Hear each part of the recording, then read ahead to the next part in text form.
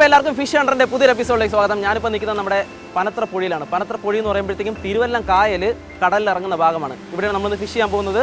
നമുക്ക് നമ്മുടെ സ്പോട്ടിലേക്ക് പോകാം. ബാ.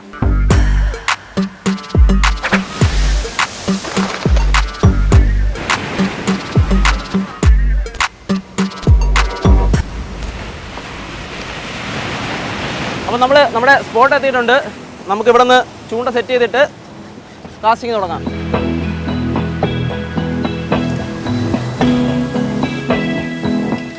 അപ്പോൾ നമ്മളിന്ന് മായക്കയാണ് ട്രൈ ചെയ്യുന്നത് കേട്ടോ. മായക്ക എന്താണെന്ന് ഞാനിപ്പോൾ കാണിച്ചു തരാം.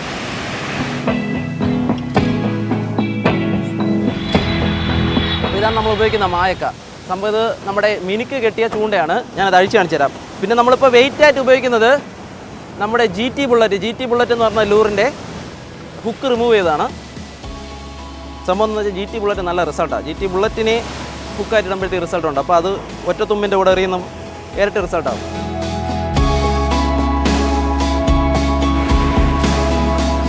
അപ്പോൾ ഇതാണ് നമ്മുടെ മായക്ക.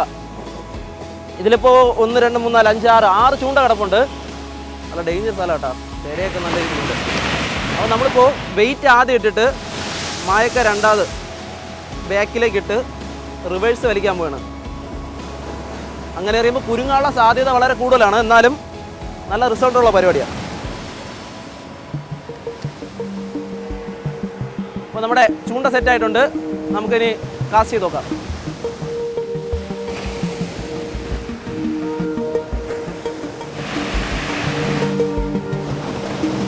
അടിച്ചിട്ടുണ്ട് മീന്.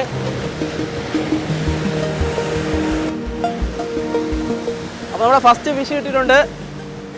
ഫസ്റ്റായിട്ട് കിട്ടിക്കുന്ന ഒരു തിരിയാവാണ് നമ്മുടെ ക്യൂൺ ഫിഷിൻ്റെ ചെറുത്.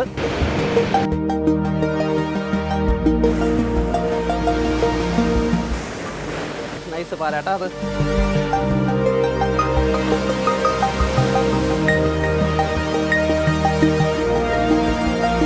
ഇത് ഓരോ എറിക്കും കുരുങ്ങാണല്ലോ.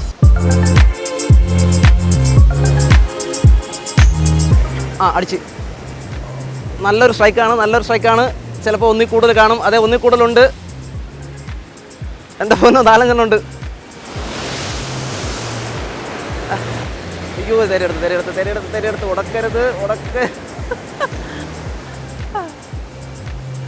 ഒപ്പോ 4 തിരിയാവും ഒരുമിച്ച്.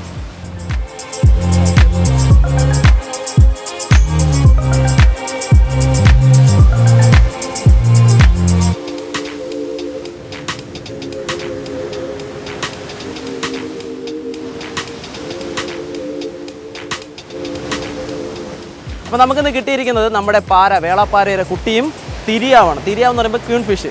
ഇവിടെ സാധാരണ ഇപ്പം ഈ സീസണിൽ ഇതേ ഉള്ളൂ എന്ന് വെച്ചാൽ ഈ ഭാഗത്ത് കൂടുതലും കിട്ടുന്ന ഇതാണ്.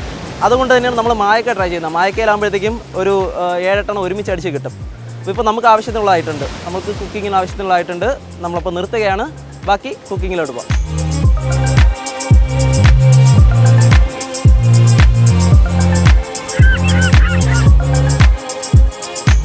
നമുക്ക് ഈ മീൻ കട്ട് ചെയ്തെടുക്കാം. ഇനി അപ്പോൾ ആദ്യം പാരയാണ് നമ്മൾ കട്ട് ചെയ്യാൻ പോകുന്നത്.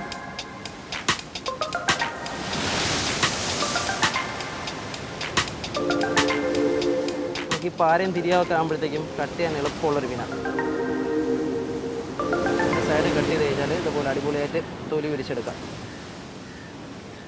പിന്നെ മസാല പിടിക്കാനകത്തിന് 2 വര.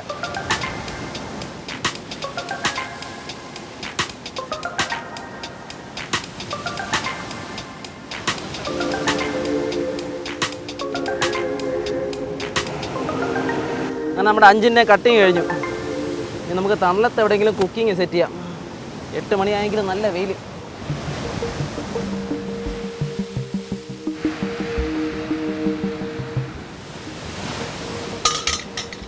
അപ്പോൾ നമ്മുടെ പാരയും തിരിയാവും നല്ല കട്ട് ചെയ്ത് വരഞ്ഞ് കഴുകി എടുത്തിട്ടുണ്ട്. ഇനി ഇത് പുരട്ടിയെടുക്കാം. പുരട്ടാനായിട്ട് നമ്മൾ അധിക സാധനങ്ങളൊന്നും യൂസ് ചെയ്യുന്നില്ല. രുചിക്ക് കുറച്ച് ഉപ്പ്, നല്ല കാശ്മീരി ചില്ലി, കുറച്ച് നാരങ്ങ നീര്.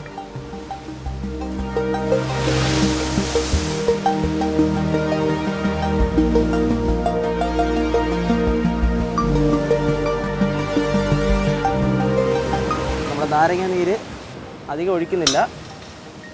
അത് ഇത്തിരി ലൂസായി കിട്ടാനായിട്ട് കുറച്ച് വെളിച്ചെണ്ണ കൂടി ഒഴിക്കുകയാണ്.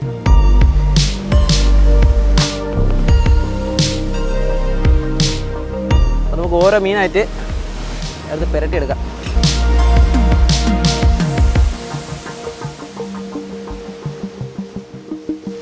അപ്പോൾ അതാ നമ്മൾ മീനെല്ലാം നല്ല അടിപൊളിയായിട്ട് പുരട്ടിയെടുത്തിട്ടുണ്ട്. ഇനി ഇത് ഒരു 10 മിനിറ്റ് നമുക്കിത് ഇവിടെ മാരിനേറ്റ് ചെയ്യാൻ വയ്ക്കാം. ആ മസാലയൊക്കെ ഒന്ന് പിടിക്കട്ടെ.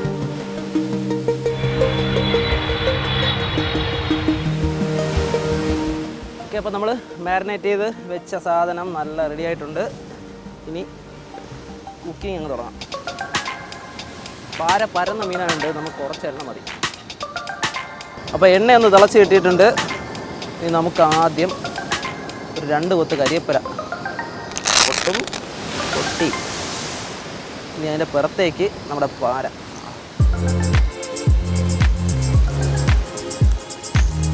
നമ്മളിത് അടച്ച് വെച്ചാണ് ഫ്രൈ ചെയ്യുന്നത്. കാര്യം എന്ന് വെച്ചാൽ ടോപ്പ് ഭാഗം കൂടി പെട്ടെന്ന് വെന്ത് കിട്ടും.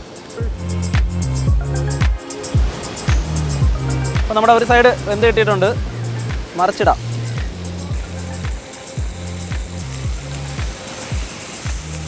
പാരയും കാട്ടി പെട്ടെന്ന് വേവുന്ന തിരിയാവാണ് കേട്ടോ. അപ്പോൾ നമ്മുടെ മറു സൈഡും കൂടി വെന്ത് കിട്ടട്ടെ. ഓക്കെ, മീനും ആയിട്ടുണ്ട്. കോരിയെടുക്കാം.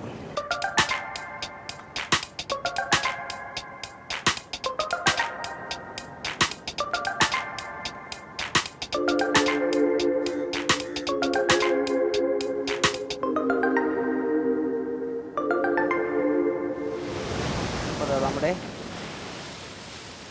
പാര തിരിയാവ് പൊരിച്ചത് റെഡി ആയിട്ടുണ്ട്. അപ്പം നമ്മുടെ പാരയും തിരിയാവും ഫ്രൈ റെഡി ആയിട്ടുണ്ട്. നമുക്കാദ്യം ഇതൊന്ന് ടേസ്റ്റ് ചെയ്ത് നോക്കാം. അതിന് മുന്നേ ഈ നാരങ്ങ ഒന്ന് പുറത്തേക്ക്.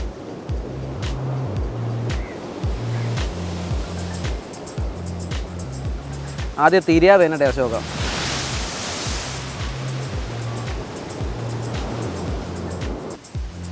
നല്ല ടേസ്റ്റ് കേട്ടോ.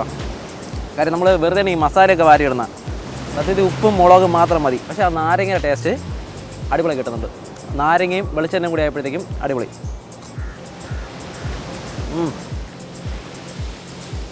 മീനും സവാളയായിട്ട് ചേർത്ത് തിന്നുമ്പോഴത്തേക്കും ഒരു പ്രത്യേക ടേസ്റ്റ് അല്ലെങ്കിലും ഉണ്ട് നമുക്ക്.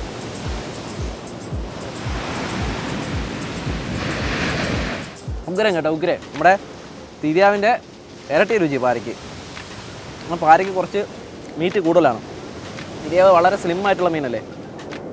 ഇതിനിപ്പോൾ നല്ല കട്ടി ചതയും അതുപോലെ തന്നെ നല്ല ഉപ്പൊക്കെ പിടിച്ച് നമ്മുടെ മസാല മാരിനേറ്റ് ചെയ്യാൻ വെച്ചാൽ വളരെ നന്നായി.